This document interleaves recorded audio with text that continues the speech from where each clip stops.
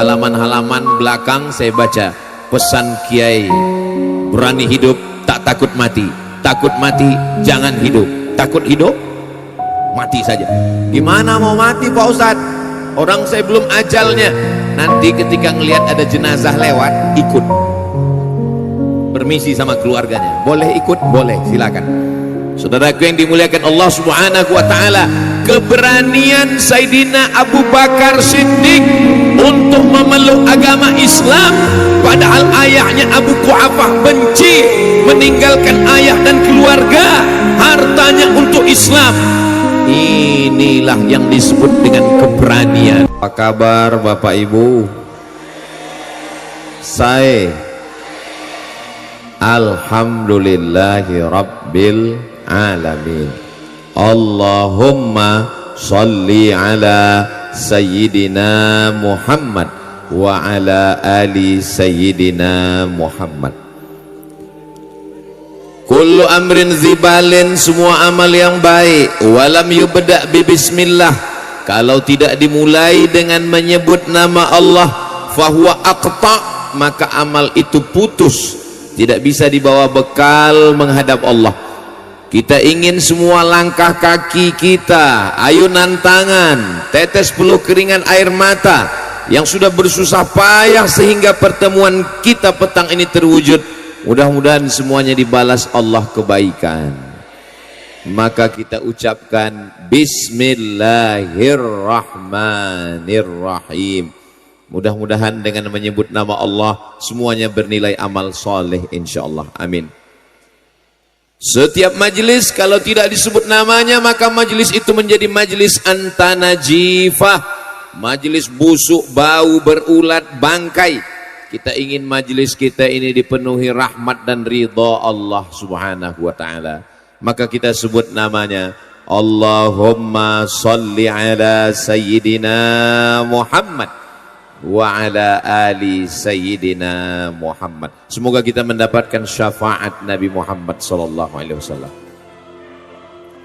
Laisa minna, tidak diakui sebagai umat Nabi Muhammad sallallahu alaihi wasallam, man lam yarham saghirana, tidak sayang kepada anak-anak, walam ya'rif syarafa kabirina, tidak hormat kepada yang tua. Semua anak-anak, adik-adik saya sayangi karena Allah, mudah-mudahan diselamatkan dari fitnah akhir zaman. Para kiai, para alim, para ulama, pimpinan pondok pesantren yang tidak dapat saya sebutkan satu persatu, kakak kelas saya yang membawa saya ke Pulau Madura, Kiai Haji Dr. Ahmad Fauzi Tijani, yang tidak dapat saya sebutkan namanya, jabatannya, hadirin hadirat, muslimin muslimat, mukminin mukminat yang belum kawin dan belum sunat, semua yang hadir ini dimuliakan Allah Subhanahu wa ta'ala. Bil khusus keluarga besar Ibu Hajah Siti Ramlah, mudah-mudahan diberikan panjang umur, berkah rezeki, keluarga sakinah, mawaddah warahmah. Beliau jauh di Saudi Arabia, ternyata masih sempat nonton ceramah Ustadz Somad melalui channel Ustadz Abdul Somad Official. Jangan lupa subscribe, like, share, and comment. Dan beliau membawa ke kampung halaman beliau di Durjan. Dan tadi Abuya Kiai memancing dengan pantun, dari Bangkalan ke Perenduan, mampir sebentar ke desa Durjan. Itu perjalanan saya hari ini. Tadi Abuya Kiai mengatakan Ustadz Somad katanya senyumnya manis. Orang Durjan pakai gamis. Kalau pakai gamis jangan olahraga. Kenapa Ustadz Somad senyumnya manis? Karena dikasih buah naga. Itu sekedar menyambut, membalas tradisi berpantun saja. Sebenarnya pantun itu untuk mencairkan suasana. Sebenarnya pantun itu untuk melihat suasana hati jamaah. Ternyata setelah dipancing dengan pantun kelihatan semuanya senyumnya cerah merekah. Itu tanda jamaahnya tidak punya masalah. Dan kelihatannya jamaah nggak ada utang. Ustaz tahu dari mana? senyumnya bisa lepas begitu. Orang kalau lagi ada masalah susah mau dipancing dengan pantun senyum. Senyum pun paling sedikit-dikit. Tapi tadi senyumnya Masya Allah, kelihatannya semuanya keluarga sakinah mawaddah warahmah. Keturunannya insya Allah soleh dan solehah.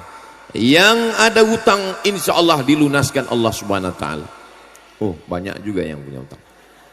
Yang belum ada jodoh dipertemukan dengan jodoh yang baik-baik. Banyak sekali. Tapi kelihatannya yang bilang amin sudah menikah semua. Maksudnya amin, anak-anaknya nanti mendapatkan jodoh yang baik-baik, yang soleh dan solehah, qurrata a'yun, sejuk dipandang mata insyaallah. Amin ya rabbal. Tema kita petang hari ini adalah sakera, keberanian menegakkan kebenaran, menumpas kemungkaran, dan menebar kedamaian. Inilah yang akan disampaikan oleh Ustadz Abdul Somad. Doakan supaya saya diberikan taufik oleh Allah Subhanahu wa ta'ala. Amin ya rabbal alamin. Ada orang dengan gagah beraninya minum khamar, mabuk. Pas ditanya, kamu berani minum khamar? Saya nggak ada rasa takut. Ini berani juga. Namanya berani kesetanan. Allazi waswisu fi sudurin nas. Setan berbisik ke dalam hatinya, lalu kemudian dari hatinya masuk ke otaknya, dari otaknya masuk ke matanya, ke telinganya, sehingga tidak takut berzina, tidak takut pakai narkoba, tidak takut main judi. Bukan keberanian ini yang kita maksudkan. Keberanian kita adalah keberanian karena Allah. Semuanya karena Allah. Semua amal kalau disebutkan nama Allah, karena Allah, walaupun kelihatannya kotor, najis, bau, tapi dia berubah menjadi ibadah. Betul? Loh, kok betul? Contohnya WC, toilet, tempat setan, tempat najis, tapi ketika disebut nama Allah, Allahumma inni a'udzubika minal khubusi, jangan dibaca sekarang, bisa keluar. Allahumma inni a'udzubika minal khubusi wal khaba'is. Maka tempat yang kotor itu berubah menjadi nilai ibadah karena mengikuti sunnah Sayyidina wa maulana wa syafi'ina Muhammad sallallahu alaihi wasallam. Jadi keberanian yang pertama, keberaniannya karena apa? Keberaniannya karena Allah. Adapun keberanian karena melawan agama Allah, melawan syariat Allah, itu bukan keberanian. Sekarang begitu banyak orang yang berani melawan ulama, melawan sunnah Rasulullah, mengejek-ejek. Apakah itu disebut sebagai keberanian? Keberanian, tapi keberanian karena kesetanan. Mudah-mudahan kita semuanya dilindungi Allah dari godaan setan. Makanya kita disuruh membaca Allahu la ilaha illa huwal hayyul qayyum. Jadi kalau ada teman kita, sahabat kita, jiran kita, kawan kita ngajak mabuk, ngajak minum, ngajak judi, ngajak zina, katakan tidak. Kalau dia tetap ngajak, Allahu la ilaha illa huwal hayyul qayyum. Masalahnya kita bacakan ayat kursi, yang ngajak ini hafal Yasin. Karena sudah menjadi tradisi. Bukan itu yang dimaksud. Adapun keberanian dalam Islam adalah keberanian siapa? Keberanian seorang yang ketika dia sudah sampai pada puncaknya, keberanian untuk meninggalkan ayahnya. Ayah kandung sudah tua, sakit-sakitan, berani dia tinggalkan. Harta emasnya berani dia wakafkan. Dan kemudian ketika dia sampai ke dalam gua gelap tengah malam, bisa jadi ada singa yang tidur di dalam, bisa jadi ada ular, tapi kemudian dialah yang masuk ke dalam. Laki-laki itu adalah Sayyidina Abu Bakrin Siddiq. Makanya ketika sholat tarawih Bilal mengatakan Al-Khalifatul Awwal Sayyiduna Abu Bakrin As-Siddiq radhiyallahu an. Allah meridhoinya. Kenapa Allah meridhoinya? 3 keberaniannya. Berani meninggalkan ayah, berani meninggalkan keluarga, berani memberikan hartanya untuk agama Allah. Mudah-mudahan generasi kita juga termasuk generasi yang berani, insya Allah. Amin. Belum pernah lagi Ustadz Somad begitu dipanggil protokol. Berikut ini mari kita dengarkan tausiah yang akan disampaikan oleh Ustadz Abdul Somad. Lalu jamaahnya menjawab radhiyallahu an. Kenapa? Karena sahabat Nabi itu memang Allah yang menyebut mereka radhiyallahu an. As-sabiqunal awwaluna minal muhajirin wal ansar. Mereka yang dulu masuk Islam dari kalangan muhajirin dan ansar. Walladzina taba'uhum bi ihsan. Mereka yang mengiringi, mengikuti dengan ihsan. Mereka itu kata Allah radhiyallahu anhum. Mereka diridhai Allah wa radu'an, dan mereka pun ridha kepada Allah. Sedangkan kita belum diridhai Allah, tapi kita berharap mudah-mudahan dengan acara kita petang ini kita termasuk yang diridhai Allah Subhanahu wa taala. Amin ya rabbal alamin. Kamu kenapa belum menuntut ilmu ke pondok? Saya enggak berani ninggalkan ayah saya, ninggalkan ibu saya. Tidak punya keberanian. Kamu belum masuk pondok pesantren? Belum. Kenapa? Karena belum berani meninggalkan ibu. Ibunya juga belum berani berpisah dengan anak. Bukan keberanian seperti ini. Alhamdulillah pondok pesantren banyak sekali di Pulau Madura, 4 kabupaten. Kalau dibandingkan dengan Sumatera, apalagi di Riau, jauh. Ini menunjukkan dengan banyaknya pondok pesantren berarti orang-orang berani mewakafkan tanah, berani berpisah dengan anak, berani untuk menuntut ilmu. Mudah-mudahan Allah menjaga pulau ini tetap terjaga, terpelihara. Baldatun thayyibatun wa rabbun ghafur. Saya berani mewakafkan tanah saya, Ustaz. Nanti itu ada tanah saya wakafkan. Tanah siapa? Enggak tahu. Ya enggak bisa. Keberanian itu datangnya dari mana? Keberanian itu datangnya dari dalam. Memberikan harta itu adalah keberanian yang luar biasa. Saya berani mati, Ustaz. Banyak sekarang orang menyebut dirinya pasukan berani mati, tapi masih koma. Ujungnya berani mati, takut lapar. Mati berani, lapar takut. Saudaraku yang dimuliakan Allah Subhanahu wa taala, keberanian ini datangnya dari lubuk hati yang paling dalam. Orang takut kepada kematian, kenapa? Karena meninggalkan kehidupan, rumah, kebun, suami, istri, anak yang sekarang nyata, yang sekarang kelihatan, yang sekarang bisa dipegang, nyata. Rumah nyata, kebun nyata, suami nyata, istri nyata. Tapi begitu ruh keluar dari jasad, ini ruh masih ada di dalam jasad. Jamaah, ruh masih ada dalam jasad? Alhamdulillah. Kalau ada teman sebelah yang itu berarti ruh sudah mulai keluar. Sekarang semuanya nyata. Rumah nyata, mobil nyata, jamaah nyata, ibu-ibu nyata, kiai nyata. Tapi begitu ruh keluar dari jasad, maka yang nyata ini menjadi tidak nyata. Sekarang kalau ada yang nantang-nantang, saya nggak percaya tuh sama Ustadz. Mana malaikat, mana Tuhan, mana surga, mana neraka? Jangan marah. Bilang, tenang. Nanti kalau ruh kamu sudah saya keluarkan, semuanya menjadi nyata. Yang sekarang nyata menjadi tidak nyata. Hanya dalam hitungan nafas. Innama amruhu idza arada syai'an ayyaqula lahu kun fayakun. Kita semua akan mati menghadap Allah. Lalu kemudian apa yang ditakutkan? Berani hidup, tak takut mati. Takut mati, jangan hidup. Takut hidup, mati saja.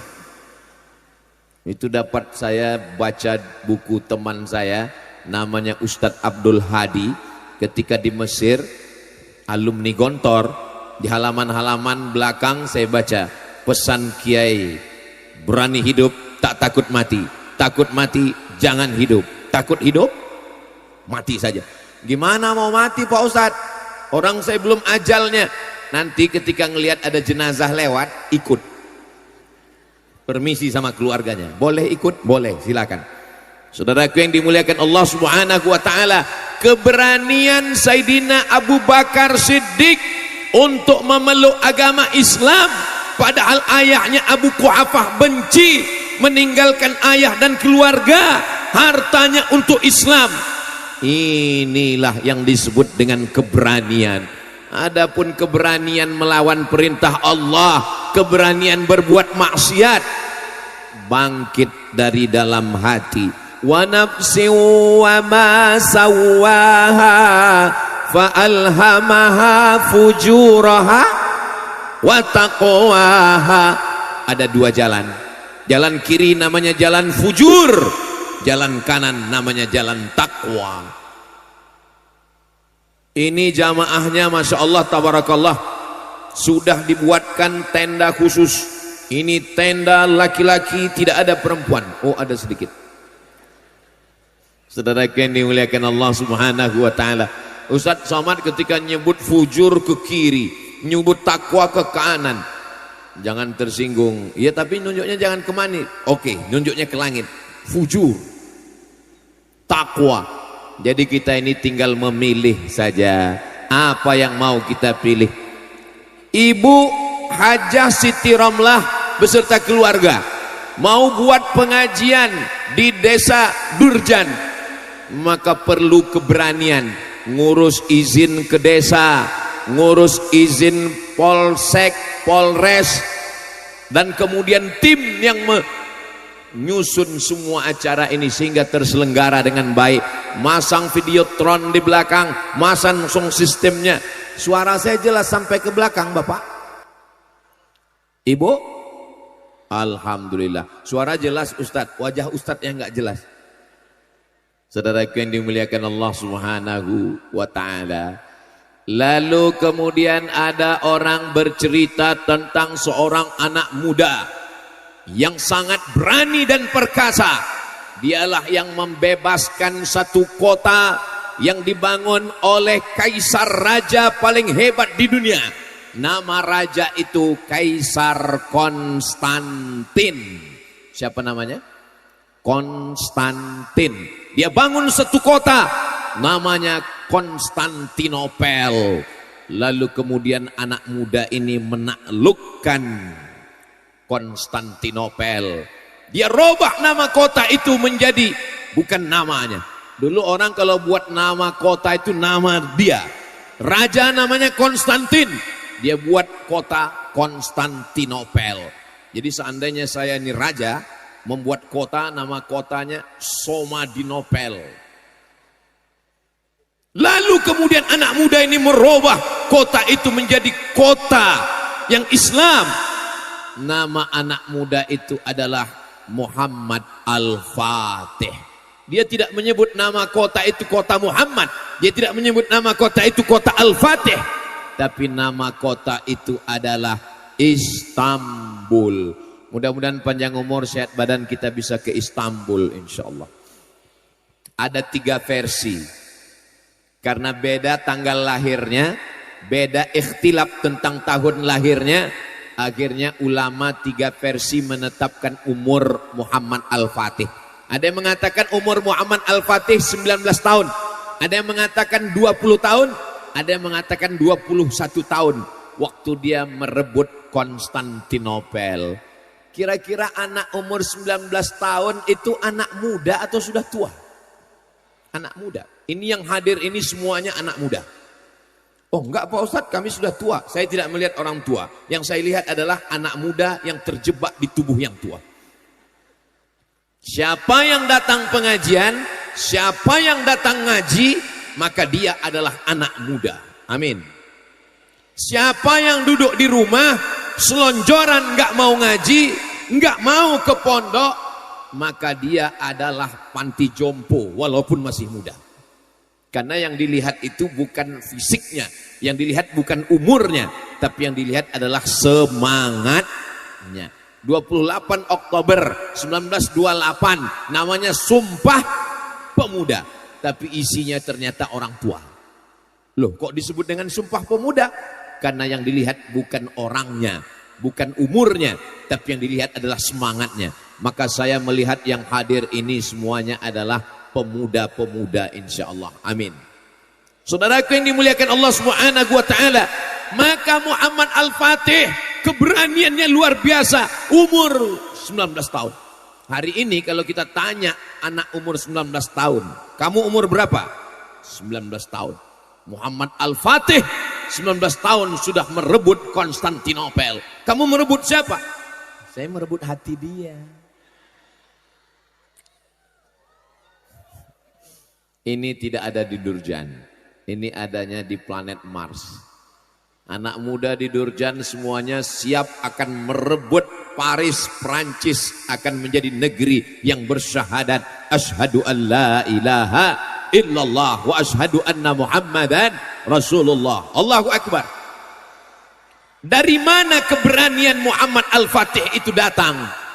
Ternyata ayahnya ketika memandikan dia masih kecil di seberang sungai, setiap hari ayahnya menunjukkan istana Konstantinopel. Wahai anakku, engkau akan merebut Konstantinopel. Wahai anakku, engkau akan merebut istana Konstantin. Yang menanamkan itu adalah ayahnya. Jadi ayahlah yang menanamkan keberanian dalam diri anak. Sekarang banyak ayah, apa yang ditanamkan dalam diri anaknya?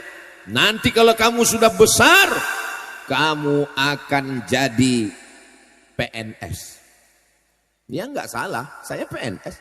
Saya pegawai negeri sipil dari tahun 2008 keluar 2019. Enggak salah, tapi pasanglah cita-cita yang tinggi. Kamu nanti kalau sudah besar akan menolong agama Allah. Insya Allah anak-anak kita ini semua akan menolong agama Allah, insya Allah. Amin. Siapa yang menanamkan keberanian dalam diri Muhammad Al-Fatih? Ternyata ada satu pohon besar, dan di bawah pohon besar itu ada satu makam. Makamnya adalah makam Abu Ayyub Al-Ansari.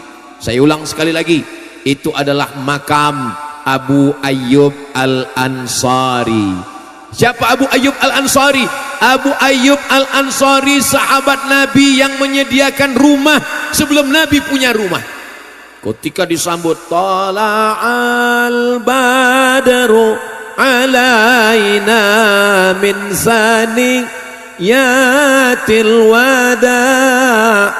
Waktu itu Nabi Muhammad SAW belum punya rumah, maka Abu Ayyub Al-Ansari lah yang memberikan rumah, dan pernah Nabi serumah dengan Abu Ayyub Al-Ansari. Abu Ayyub Al-Ansari pernah mendengar hadis Nabi Muhammad SAW, la taftahudnal Konstantiniyah, kalian akan merebut Konstantinopel, wala ni'mal amiru amiruha, pasukan terhebatnya, panglima paling hebat, dan pasukan tentaranya, wala ni'mal jaisyu dzalikal jais.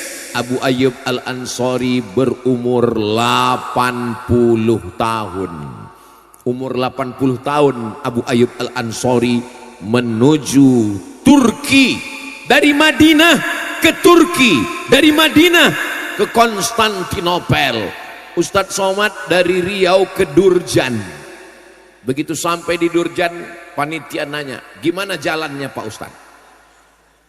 Saya bilang, saya tidak merasakan apa-apa. Kenapa? Karena saya tidur. Tanya sama Kiai. Mereka dulu dari Madinah menuju Konstantinopel umur 80 tahun. Dan ternyata takdir belum berkata menang. Abu Ayyub Al-Ansari radhiyallahu anhu belum merebut Konstantinopel. Tapi justru kapan? 700 tahun setelah itu ada anak muda yang berziarah ke makamnya, dan anak muda itu bernama Muhammad Al-Fatih. Siapa yang membawa ziarah? yang membawa ziarah adalah Agha Syamsuddin. Agha Syamsuddin adalah guru dari Muhammad Al-Fatih. Jadi yang menanamkan keberanian itu adalah ayah. Yang kedua yang menanamkan keberanian adalah ayah yang kedua. Ayah yang kedua adalah kiai. Ayah yang kedua adalah lora. Ayah yang kedua adalah guru. Ayah yang kedua adalah ustaz yang menanamkan keberanian di pondok-pondok pesantren. Ini sekarang banyak orang tidak lagi mau mendaftarkan anaknya ke pesantren karena isu-isu yang disebarkan di internet. Jangan gara-gara nila setitik rusak susu. Dulu pepatahnya begitu, jangan gara-gara nila setitik rusak susu sebelanga. Sekarang sudah berubah, jangan gara-gara nila setitik rusak susu satu kotak. Itu isu bohong, tapi pengaruh efeknya dunia internet luar biasa. Mereka mau menjauhkan anak-anak muda dari kiai, karena kiai mengajarkan jihad, karena kiai mengajarkan kemenangan melawan musuh-musuh Allah. Negeri ini Negara Kesatuan Republik Indonesia. 10 November Hari Pahlawan. Orang taunya 10 November Hari Pahlawan. TNI mengusir Belanda, mengusir Jepang, mengusir PKI. Tapi orang lupa TNI itu manusia, punya hati dan rasa, punya nyawa dan jiwa, punya pikiran, punya rasa takut. Kenapa TNI itu bisa berani? TNI bersama rakyat berani karena keluar fatwa dari ulama, resolusi jihad tanggal 22 Oktober. Hari Pahlawan 10 November. Resolusi jihad 22 Oktober. Jadi membangkitkan, membakar semangat keberanian itu berapa hari? Hanya 18 hari. Dari 22 November 22 Oktober ke 10 November, 18 hari disebarkan fatwa jihad. Siapa yang mati membunuh Belanda masuk surga, siapa yang mati dibunuh Belanda masuk surga, mati syahid. Akhirnya bergeraklah umat, akhirnya mereka semuanya menyerang pos-pos Belanda. Mereka bertakbir, serang Belanda, jihad melawan Belanda, bunuh Belanda, takbir, Allahu Akbar. Akhirnya Belanda lari pontang-panting pulang ke Amsterdam, tinggal terong Belanda. Itulah yang sekarang diminum anak-anak muda kita, serang Belanda. Saudaraku yang dimuliakan Allah Subhanahu wa taala, apa yang diteriakkan Bung Tomo di Surabaya? Allahu Akbar. Apa yang diteriakkan Panglima Besar Jenderal Sudirman? Allahu Akbar. Di Pulau Sumatera, apa yang diteriakkan oleh Tengku Umar di Aceh? Allahu Akbar. Sampai ke Pulau Madura, sampai ke Kalimantan, sampai ke Sulawesi, semua teriakannya sama, Allahu Akbar. Ana dari Mesir, lahir besar di Mesir. Mesir itu terkenal dengan negara yang hampir sepanjang sejarahnya tidak pernah terjadi gempa bumi. Ya, gempa bumi itu jarang-jarang sekali di Mesir. Yani gempa bumi itu paling dekat itu di tahun 92, dan itu ringan saja. Yani dibanding gempa bumi di Indonesia itu sangat ringan. Tapi beberapa bulan yang lalu terjadi 3 gempa bumi di Mesir di 3 hari berturut-turut. Itu bukan peristiwa biasa. Itu semuanya tanda-tanda yang Allah sampaikan kepada kita. Ini semuanya bukan peristiwa biasa. Banjir, semuanya itu tanda-tanda dari Allah Subhanahu wa taala bahwa kita sedang menuju peristiwa besar. Bahwa kita ini umat manusia, umat Islam sedang menuju peristiwa besar yang namanya hari kiamat.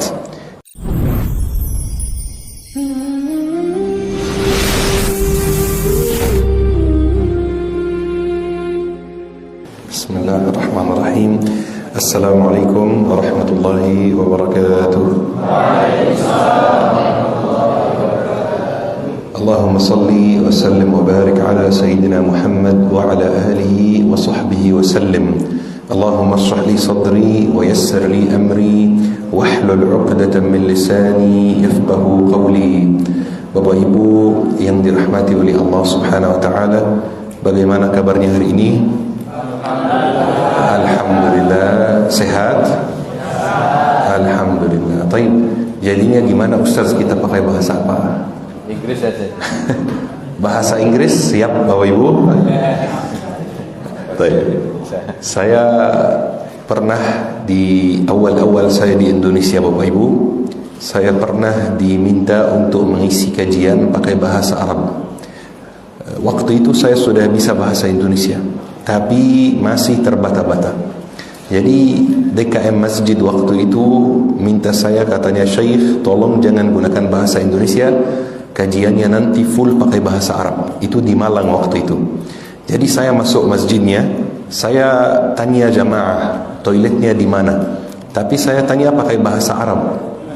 Tahu jamaah jawabnya apa? Jamaah jawabnya amin. Dikira sesi doa. Jadi diaminin. Bas, dari waktu itu saya lebih semangat belajar bahasa Indonesia. Di awal izinkan saya perkenalkan diri dulu. Saya Al-Faqir Muhammad Al-Fuli dari Mesir, lahir besar di Mesir, belajar kuliah di Mesir. Saya belajar di Fakultas Darul Ulum Universitas Kairo. Bidang ana adalah ilmu fiqih. Alhamdulillah di Indonesia sudah 8 tahun. Istri saya orang Indonesia juga, tapi orang Palembang, wong Kito Galo. Bas, alhamdulillah punya satu anak namanya Maria. Bapak Ibu tahu Maria itu siapa? Maria itu salah satu istri Rasulullah sallallahu alaihi wasallam yang dari Mesir. Namanya Maria Al-Qibtiyah. Betul sekali. Ketika Rasulullah kirim surat kepada raja Mesir waktu itu namanya Al-Muqawqas, kemudian Al-Muqawqas memberi hadiah yaitu Maria dan Sirin, kakak adik. Maria Al-Qibtiyah itu salah satu istri Rasulullah. Kadang-kadang dihitung oleh ulama sirah sebagai istri, kadang-kadang enggak. Ya, kadang-kadang dihitung, kadang-kadang enggak. Kadang-kadang dihitung sebagai hamba sahaya, karena dulu memang dia hamba sahaya. Cuman aturannya dalam Islam, jika hamba sahaya sudah punya anak, sudah melahirkan, maka statusnya berubah jadi orang merdeka, seperti itu. Jadi ada perdebatan antara ulama sirah tentang hal ini. Taib, bismillahirrahmanirrahim. Bapak Ibu, seperti biasa dan di setiap kajian yang ana isi, ana selalu mengingatkan diri sendiri dan mengingatkan Bapak Ibu, mengingatkan jamaah untuk meluruskan niat lillahi ta'ala. Ada satu hadis yang pasti teman-teman di sini ketahui. Hadis ini hadis nomor 1 di kitab Arba'in Nawawiyah. Ada yang sudah tahu enggak hadisnya? Rasulullah sallallahu alaihi wasallam an Umar bin Al-Khattab, Rasulullah bersabda, innamal a'malu binniyat wa innama likulli imri'in ma nawa. Sesungguhnya setiap amalan itu tergantung niatnya, dan setiap orang dapat balasan sesuai apa yang dia niatkan. Jadi tolok ukurnya di sini bukan apa yang kita kerjakan, tapi apa yang kita kerjakan dan niatnya apa. Ya, jadi tidak cukup saja niat, tidak cukup saja amalan, wajib dua-duanya dibarengi, amalan dan niat. Amalannya baik, tapi harus niatnya baik juga, harus niatnya lurus juga. Ana selalu kasih contoh Bapak Ibu. Ada 2 orang nih, contoh 2 orang. Orang pertama pengen umrah, dia pengen sekali berangkat umrah, tapi dari segi ekonomi dia belum mampu untuk umrah, maka dia memilih untuk nabung doa ikhtiar.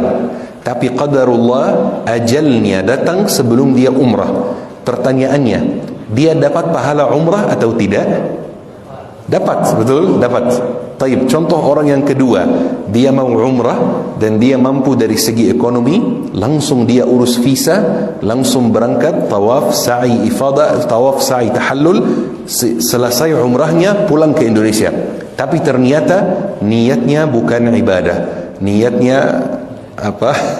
Selfie, banyak-banyak foto, banyak-banyak konten di sana, dan tidak ada niat sedikit pun untuk ibadah. Kira-kira dia dapat pahala umrah atau tidak?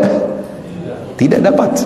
Padahal kalau kita lihat dengan hitungan yang duniawi, contoh orang yang pertama ini belum mengerjakan umrah, tapi tetap dapat pahalanya. Contoh orang yang kedua sudah mengerjakan umrah, tapi tidak dapat pahalanya. Jadi jangan sampai hanya kita fokus pada kita sudah mengerjakan ibadahnya atau tidak. Ini perlu diperhatikan, betul. Tapi perhatikan juga, pas kita mengerjakan ibadahnya, niatnya apa? Hari ini kita datang ke masjid, niat kita apa? Ayo kita tanya kepada diri sendiri dengan jujur. Apakah saya datang ke sini karena niat saya silaturahmi, mencari ilmu, mencari ridha Allah, atau kadang-kadang ya jujur kita datang formalitas. Itu bahaya sekali. Kenapa? Karena datang ke masjid, sayang sekali kalau niatnya enggak lurus. Supaya dapat pahalanya, supaya tercatat sebagai mujahid fi sabilillah. Tahu Bapak Ibu, kalau kita ini ada di antara kita yang meninggal dunia pas dia belajar, pas dia menuntut ilmu, derajatnya di hari akhir syahid. Syahid itu bukan hal yang biasa. Semua manusia kita semua nanti dibangkitkan bersama siapa? Bersama orang-orang yang dikuburkan di sekitar kita, ya. Tapi para syahid beda. Para syahid dibangkitkan bersama para nabi dan para rasul. Para syahid masuk surga tanpa hisab. Para syahid memberi syafaat kepada 70 orang dari keluarganya. Itu hanya karena meninggal dunia dan dihitung syahid. Taib. Ana dari Mesir, lahir besar di Mesir. Mesir itu terkenal dengan negara yang hampir sepanjang sejarahnya tidak pernah terjadi gempa bumi. Ya, gempa bumi itu jarang-jarang sekali di Mesir. Yani gempa bumi itu paling dekat itu di tahun 92, dan itu ringan saja. Yani dibanding gempa bumi di Indonesia itu sangat ringan. Tapi beberapa bulan yang lalu terjadi 3 gempa bumi di Mesir di 3 hari berturut-turut. Itu bukan peristiwa biasa. Itu semuanya tanda-tanda yang Allah sampaikan kepada kita. Ini semuanya bukan peristiwa biasa. Banjir semuanya itu tanda-tanda dari Allah Subhanahu wa taala bahwa kita sedang menuju peristiwa besar. Bahwa kita ini umat manusia, umat Islam sedang menuju peristiwa besar yang namanya hari kiamat. Tidak ada yang ragu sekarang bahwa kita sudah di akhir zaman. Ana rasa hal ini kita semua sepakati. Kita ini sudah di akhir zaman. Bahkan umat Nabi Muhammad namanya kadang-kadang disebut umat akhir zaman. Kenapa? Karena kalau kita lihat sejarah manusia ini ribuan tahun, banyak nabi dan banyak rasul yang diutus oleh Allah Subhanahu wa taala. Siapa nabi dan rasul terakhir? Nabi Muhammad sallallahu alaihi wasallam. Berarti setelah Nabi Muhammad khalas, tidak ada nabi dan tidak ada rasul lagi. Adanya kiamat. Allah Subhanahu wa taala menyampaikan kepada kita banyak sekali tanda-tandanya, tanda-tanda hari akhir. Dan itu kalau kita buka kitab-kitab ilmu syar'i, itu biasanya terkenal dengan istilah asyratus sa'ah. Asyratus sa'ah. Asyratus sa'ah itu artinya tanda-tanda hari kiamat. Ulama mempelajari tanda-tanda tersebut dan membagikan tanda-tanda tersebut jadi 2 bagian, ya, 2 kelompok. Kelompok yang pertama atau bagian yang pertama namanya tanda kecil hari kiamat, alamatus sa'ah as-sughra. Kelompok yang kedua namanya tanda besar hari kiamat, alamatus sa'ah al-kubra. Itu maksudnya apa? Alamatus sa'ah al-kubra ini kita semua sudah ketahui. Pernah pasti kita dengar di sosmed dan lain-lain seperti apa? Dajjal, Ya'juj dan Ma'juj, Dukhan, turunnya Nabi Isa, Ad-Dabbah, dan Khasfun, dan banyak sekali yang lain. Tapi jujur Bapak Ibu, jarang sekali ada yang bahas tanda kecil hari kiamat. Jarang sekali dibahas. Kenapa? Mungkin tidak semenarik tanda besar. Biasanya kan tanda besar penuh dengan hal-hal yang misterius, jadi menarik banyak orang untuk membahasnya. Tanda kecil tidak semenarik tanda besar, tapi wallahi sangat bahaya. Sangat bahaya. Bahkan menurut ana sendiri lebih bahaya dari tanda besar. Kenapa lebih bahaya dari tanda besar? Karena tanda besar belum tentu kita melihatnya. Kita nggak tahu Apakah kita akan hidup sampai bertemu dengan Dajjal? Semoga enggak. Semoga kita enggak hidup sampai bertemu dengan Dajjal. Apakah kita akan hidup sampai bertemu dengan Nabi Isa? Allahu a'lam. Apakah kita hidup sampai lihat Ya'juj Ma'juj? Allahu a'lam. Semoga enggak. Tapi tanda kecil kita melihatnya di sekitar kita setiap hari. Tapi jarang dari kita ada yang menyadarinya. Jarang ada yang menyadari bahwa ini termasuk tanda kecil. Bahayanya di situ. Terjadi sekitar kita setiap hari, tapi tidak ada yang menyadari, tidak ada yang takut, tidak ada yang khawatir. Hidup kita berjalan dengan biasa, hidup kita berjalan dengan santai, padahal Allah Subhanahu wa taala mengirim banyak tanda di sekitar kita. Baik, ana kasih beberapa contoh supaya kita lihat, dan Bapak Ibu cek sendiri, tanya diri sendiri.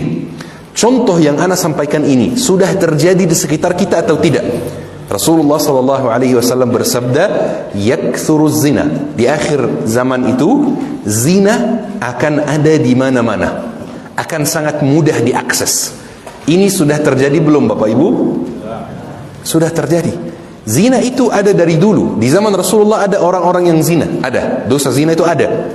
Tapi sedikit sekali, langka, jarang. Di zaman kita ini zina cukup modal HP saja. Bisa zina benaran, bisa zina mata, zina tangan, zina lisan, dan banyak jenis zina yang lain. Ya, zina sudah bisa diakses di mana-mana, sangat mudah, sangat murah. Ya, ini salah satu tanda hari kiamat, salah satu tanda yang terjadi di sekitar kita. Taib, ana kasih satu contoh lagi.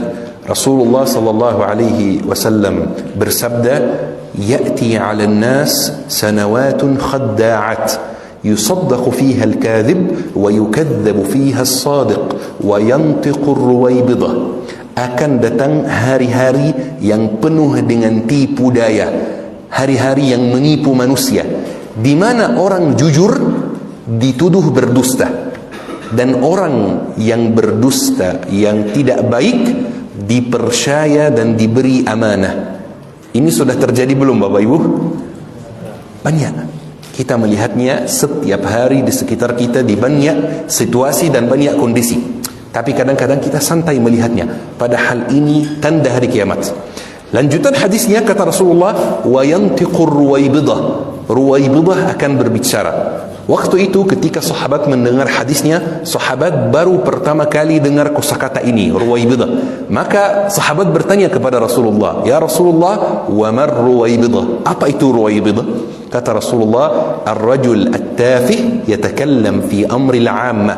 Orang yang tidak berpendidikan, yang tidak berilmu, yang tidak punya wawasan, yang bukan ahli, yang membahas urusan masyarakat dan urusan publik.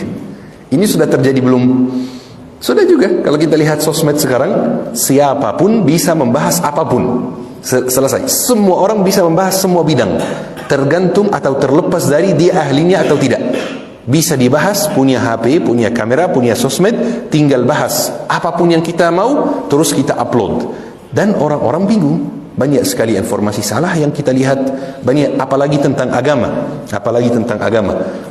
Orang yang memberi fatwa-fatwa yang tidak benar, orang-orang yang membahas agama dengan cara yang salah tanpa didasari ilmu dan lain-lain. Itu semuanya salah satu tanda hari kiamat yang terjadi di sekitar kita. Taib, ana kasih satu contoh lagi. Rasulullah sallallahu alaihi wasallam bersabda, "Yaqillur rijalu wa takthurun nisa." Jumlah pria berkurang, jumlah wanita jadi banyak. Ini sudah terjadi belum? Ini sudah, tapi masih di awal, belum parah. Tapi kata Rasulullah sallallahu alaihi wasallam, ketika tanda ini di puncaknya, hatta yakunu lil 50 imra'ah al-qayyim al-wahid. Akan jadi satu pria itu membiayai, bertanggung jawab atas 50 wanita. Bayangkan, itu pas puncaknya. Kalau sekarang yang sudah menikah, sekarang paling bertanggung jawab atas berapa wanita? mungkin 2, 3, 4 istrinya misalnya, 2 anaknya, ibunya, mungkin mertuanya, ya paling 5 misalnya. Kalau dia punya 2 istri beda cerita lagi ya. Tapi nanti di akhir zaman 50 wanita, satu pria 50 wanita. Maksudnya apa ini? Maksudnya apa? Mungkin sepupunya, keponakannya. Khalas, jumlah pria itu berkurang. Itu salah satu tanda yang mulai terjadi di depan mata kita. Masih belum parah, tapi sudah mulai. Taib, saya kasih satu contoh lagi. Rasulullah sallallahu alaihi wasallam bersabda, "Taral hufata ar-ru'ata yatatawaluna fil bunyan." Kalian akan melihat orang-orang yang dulu pengembala kambing, yang dulu tidak beralas kaki, sekarang berlomba-lomba bangun bangunan yang tinggi. Ini sudah terjadi belum Bapak Ibu? Sudah. Di mana? Di negara Arab. Kalau antum pergi ke Dubai misalnya, atau pergi ke Qatar, atau pergi ke Saudi di Riyadh, kemudian antum lihat gedung pencakar langit, jangan kagum dengan hal ini. Jangan kagum, jangan terpesona gitu, jangan merasa wah hebat sekali. Ini salah satu tanda hari kiamat. Orang-orang yang dulu pengembala kambing, dan ini bukan hinaan ya, Rasulullah mengembala kambing juga. Ini bukan bentuk hinaan, biasa saja. Mengembala kambing itu hal yang halal. Dulu orang-orang yang mengembala kambing, yang tidak beralas kaki karena saking miskinnya, sekarang berlomba-lomba bangun bangunan pencakar langit, bangunan yang tinggi sekali. Ini bukan tanda peradaban, ini bukan tanda hidup yang modern. Persuma punya gedung pencakar langit, tetapi tidak punya hati yang bersih. Persuma punya gedung pencakar langit, tapi tidak punya kehidupan yang islami, yang lurus, yang di atas jalan Nabi Muhammad sallallahu alaihi wasallam. Semua hal ini Bapak Ibu merupakan tanda-tanda hari kiamat. Pernah enggak kita pas melihatnya kita berhenti dan kita mengatakan, ya Allah, ini sudah tanda hari kiamat, saya khawatir, saya takut? Biasanya enggak. Biasanya kita melihatnya santai saja. Mungkin kita tidak menyadarinya saja. Bahkan ada yang kagum dengan hal-hal ini. Misalnya ada yang kagum dengan gedung pencakar langit itu. Ada yang biasa saja menyaksikan praktik-praktik zina di sekitarnya. Ada yang tidak bertanggung jawab atas perempuan yang harusnya dia bertanggung jawab atasnya. Misalnya dia punya istri tapi tidak diperhatikan, tidak dibiayai, punya ibu yang membutuhkan, tapi yang kita ada rezeki tapi kita nggak bantu. Jadi banyak sekali dari kita yang butuh apa? Tamparan. Hati-hati. Ini bukan peristiwa-peristiwa biasa. Ini tanda-tanda hari kiamat. Taib. Ada satu tanda lagi yang disampaikan oleh Rasulullah sallallahu alaihi wasallam. Jujur, menurut ana sendiri, ini buat ana pribadi, ini tanda yang paling menakutkan bagi ana. Selain yang lain itu, ini tanda yang paling menakutkan bagi ana. Rasulullah sallallahu alaihi wasallam bersabda, "Sari'u bil a'mal fitanin ka qita'il lailil muzlim." Bersegeralah beramal yang baik, karena di akhir zaman akan terjadi ujian-ujian fitnah seperti potongan malam yang gelap. Maksudnya apa fitnah seperti potongan malam yang gelap? Maksudnya ujian di mana benarnya dan salahnya tidak jelas. Itu maksudnya. Seperti misalnya ketika kita lagi ada di tempat kerja kita, lagi ada di kantor, lagi ada di usaha. Itu biasanya sering terjadi di kalangan kantor-kantor misalnya. Kita tiba-tiba terima amplop misalnya. Amplop itu isinya uang. Kita tanya, uang ini dari siapa? Jadi dijawab, ini uang terima kasih dari pihak A dan pihak B. Dia nggak bilang uang sogok ya. Dia nggak bilang uang ini, uang terima kasih. Jadi nggak jelas gitu. Ini uang haram atau uang halal. Jadi kita bingung. Ini maksudnya ujian-ujian di mana benarnya tidak jelas, salahnya tidak jelas. Ya, kita nggak tahu ini diambil atau ditinggalkan, ini benar atau salah. Fitnah yang butuh ilmu supaya kita bisa membedakannya, mana yang benar, mana yang salah. Butuh hati yang bersih supaya kita bisa membedakan mana yang benar, mana yang salah. Taib, hadisnya belum selesai. Kata Rasulullah sallallahu alaihi wasallam, "Yusbihur rajulu mu'minan wa yumsi kafiran." Gara-gara fitnah ini, beberapa orang di pagi hari masih tergolong orang beriman, di malam hari sudah keluar dari Islam, sudah kafir. La ilaha illallah. Maksudnya apa? Fitnah ini mengoncangkan kita. mengoncangkan keimanan kita, bikin keimanan kita tidak stabil, bikin kita susah istiqamah. Kita terima uang yang ada syubhatnya, uang yang tidak jelas ini uang dari sumber halal atau haram. Uang ini ternyata haram, kita ambil, kita makan, kita pakai untuk membiayai keluarga kita, ternyata uang ini meracuni kehidupan kita dan bikin kita tidak bisa khusyuk, bikin kita hati kita kotor, bikin kita tidak bisa dekat lagi sama Allah Subhanahu wa taala dan menjadi pintu dosa. Jadi berikutnya kita lebih bermudahan menerima uang yang lain, lebih bermudah-mudah untuk melaksanakan dosa-dosa yang lain. Makanya kata Rasulullah, fitnah-fitnah di akhir zaman itu pelan-pelan akan membawa orang yang masih awalnya beriman, awalnya istiqamah, awalnya ngaji, awalnya hadir kajian, awalnya banyak sedekah, awalnya baca Al-Quran, lama-lama bukan hanya tidak istiqamah, enggak, lama-lama keluar dari Islam, lama-lama jadi kafir. Itu bahayanya. Itu tanda yang paling bikin anak takut secara pribadi. Kenapa? Karena hati kita itu di tangan Allah. Hati kita di tangan Allah. Makanya ada satu hadis yang terkenal sekali, anak yakin banyak yang hafal. Ya muqallibal qulub, thabbit qalbi ala dinik. Wahai zat yang membolak-balikkan hati, teguhkan hatiku di atas agamamu. Kenapa? Dan siapa yang menyampaikan hadis ini? Yang menyampaikan hadis ini atau doa ini Rasulullah, ma'sum, terhindar dari dosa. Rasulullah sendiri khawatir hatinya dibolak-balikkan, apalagi dengan kita, apalagi dengan kita. Makanya hati kita ini di tangan Allah Subhanahu wa taala. Bisa dibolak-balikkan. Hari ini kita ngaji, besok enggak. Hari ini kita bangun tahajud, besok enggak. Dan kalau kita perhatikan Bapak Ibu, kita jujur ya, kita jujur sama diri sendiri. Dulu mungkin kita lebih istiqamah ya. Dulu kadang-kadang kita bangun tahajud ya, bangun 1,5 jam sebelum subuh, tahajud, baca Al-Quran, kemudian siap-siap ke masjid, kemudian salat jamaah, kemudian ibadah sampai syuruk, kemudian pulang, semangat kerja dan lain-lain. Sekarang kondisi kita mulai menurun gitu. Sekarang kalau marilah kita salawat serta salam semoga tetap tercurahkan kepada junjungan Nabi besar Muhammad sallallahu alaihi wasallam. Karena berkat perjuangannya, beliau Islam bisa menyebar di seluruh pelosok dunia sehingga kita bisa membedakan yang hak dan yang batil.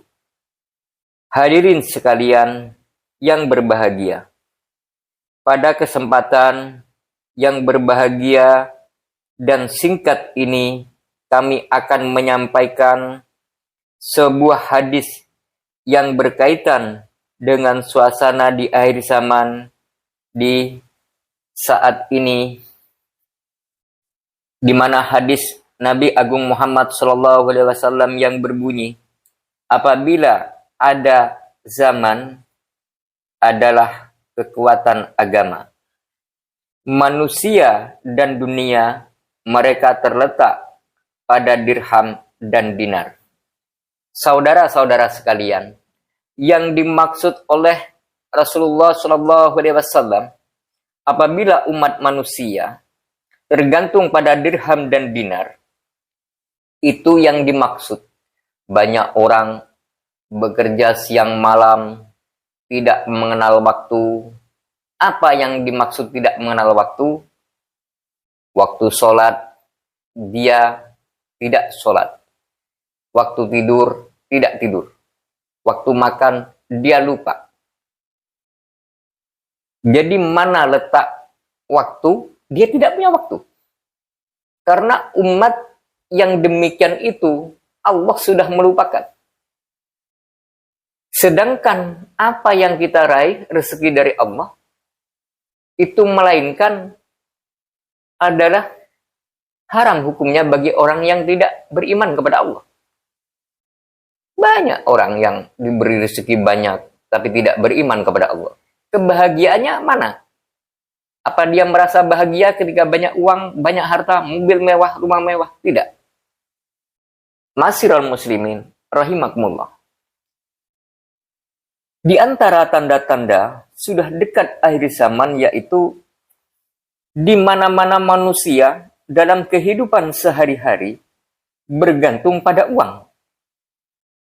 Jadi seakan-akan aku harus mendapat uang yang banyak.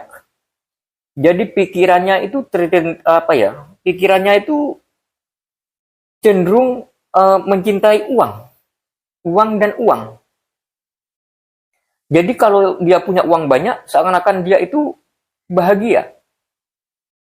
Sedangkan agamanya diperjualbelikan. Apa yang dimaksud agama diperjualbelikan? Misalkan dia itu bekerja ikut orang non-muslim karena bosnya itu tidak beribadah.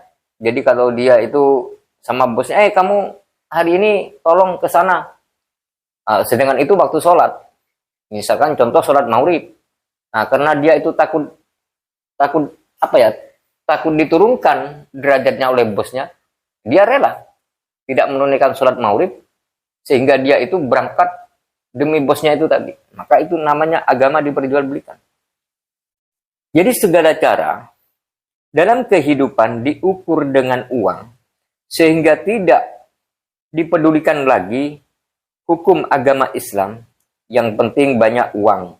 Kalau hal semacam ini ada pada diri kita atau pada diri saudara-saudara, khususnya umat muslim, maka secepatlah insaf agar kesengsaraan dunia dan lebih-lebih akhirat tidak akan menimpa.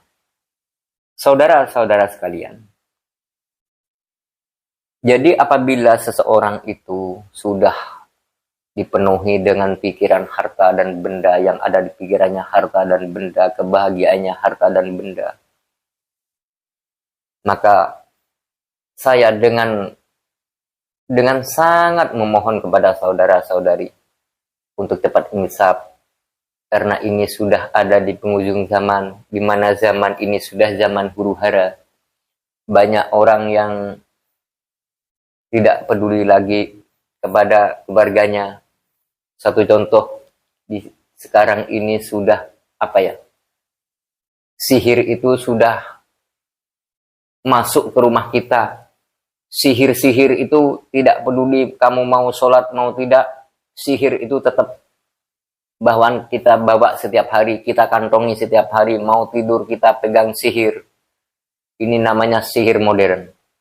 Sihir modern itu apa? Wujudnya seperti Android, seperti HP. Seperti ini. Itulah namanya sihir modern. Contohnya, anaknya di kamar main HP, ayahnya di ruang tamu main HP, ibunya di kamar main HP. Jadi satu rumah tidak ada yang kenal. Karena apa? Dia sibuk dengan HP. Itulah kehidupan akhir zaman. Maka dari itu, mari kita harus mengontrol diri, kenali diri kita, kenali istri kita, kenali suami kita, kenali anak kita, mana saudara kita, mana orang tua kita. Kalau sama yang hidup sudah lupa, sudah tidak kenal, walaupun satu rumah, apalagi kepada leluhur kita yang sudah tiada. Jadi, saudara-saudari, di kesempatan ini, marilah kita hindari atau lawan sihir-sihir yang seperti itu. Paling tidak kita setiap hari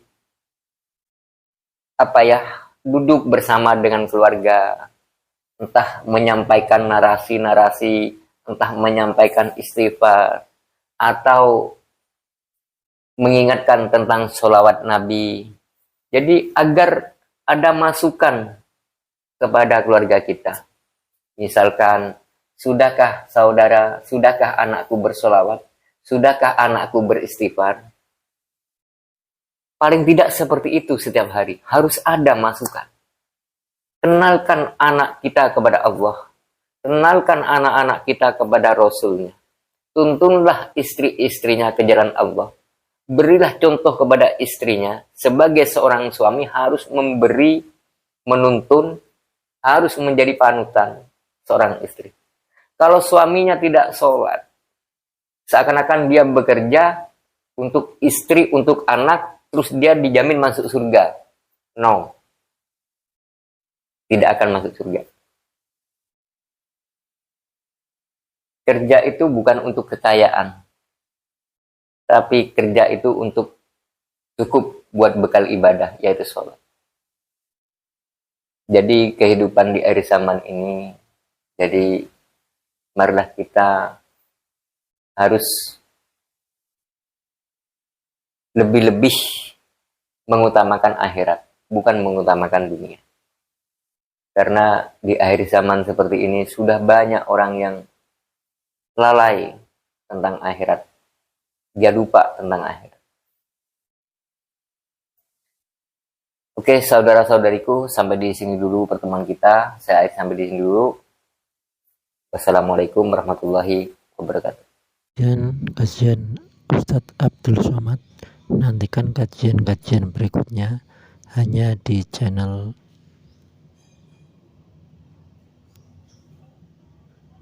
Kita Ngaji. Semoga bermanfaat. Wassalamualaikum warahmatullahi wabarakatuh.